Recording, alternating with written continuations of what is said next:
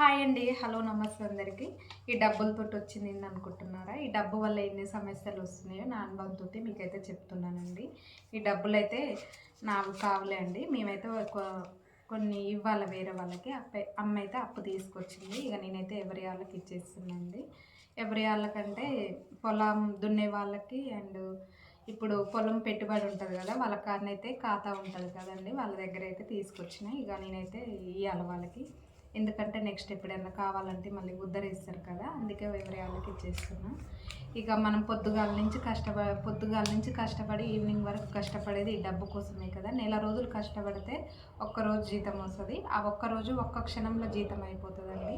అందుకే డబ్బు ఉన్నప్పుడే జాగ్రత్తగా వాడుకోవాలి, పొదుపు చేసుకోవాలి కూడా. డబ్బు ఎన్నో పాఠాలు నేర్పిస్తుంది. ఒక్కసారి తాకుడు ఏంటంటే రెండోసారి మనము ఈ డబ్బు ఎంత మనలా లొంగ తీస్తుంది అనేది ఆలోచన ఉంచుకోవాలండి.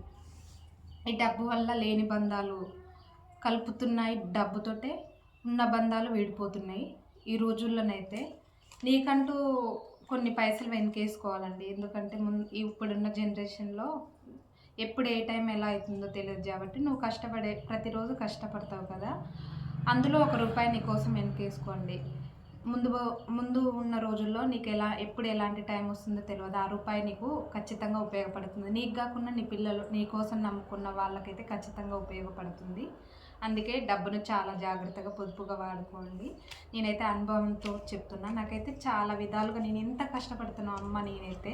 కానీ మా కన్నైతే ఒక క్షణంలో తినడానికి తిండి ఉంటుంది, కానీ ఏదైనా ఇష్టంగా కొనుక్కొని తినాలంటే రూపాయి పెట్టి కొనుక్కోవాలంటే ఆలోచించాలండి. ఎందుకంటే ఈ రూపాయి పెడితే మాకు రేపు వెనకాల వచ్చే రూపాయి లేదు, మళ్ళీ దేనికన్నా యూజ్ అవుతుందేమో అని చాలాసార్లు నేను అమ్మ ఆలోచించి ఖర్చు పెట్టుకుంటామండి. అదే డబ్బు ఉంటే దేని గురించి ఆలోచించాను కదా, ఇష్టం వచ్చింది కొనుక్కోవచ్చు, కొనుక్కొని తినవచ్చు, ఏదైనా చేయొచ్చు. డబ్బున్నోళ్ళు ఎట్లా చేస్తారండి. మనం డబ్బు లేకనే కదా ఎన్ని విధాలుగా ఆలోచిస్తాం. అందుకే డబ్బునైతే చాలా పొదుపుగా వాడుకోండి. డబ్బు లేనప్పుడు ఎవరు మనకు రూపాయి ఇయ్యరు. బంధువులు, రక్త బంధాలు, స్నేహ బంధాలు ఇవంతా డబ్బు కోసమే అండి. ఎక్కడో ఒక్కడ మన కోసం ఇస్తారులే అండి, ఇవాళ ఇచ్చినా రేపు మళ్ళీ అంటారండి. అందుకే అలాంటి సిచ్యువేషన్ రాకముందుకే మనం డబ్బును పొదుపుగా వాడుకోవాలి. ఈ డబ్బు అనేది ప్రాణం ఇస్తుంది, ప్రాణం పోస్తుంది.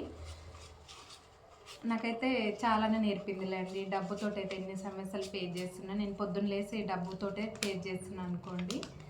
అందుకే మీకు కూడా ఈ డబ్బు మాకు తెలియదా అని మీరు అనుకోవచ్చులే, కానీ ఏదో కొన్ని మాటలన్నా మీకు యూజ్ అవుతాయని నేనైతే చెప్తున్నానండి. ఓకేనా?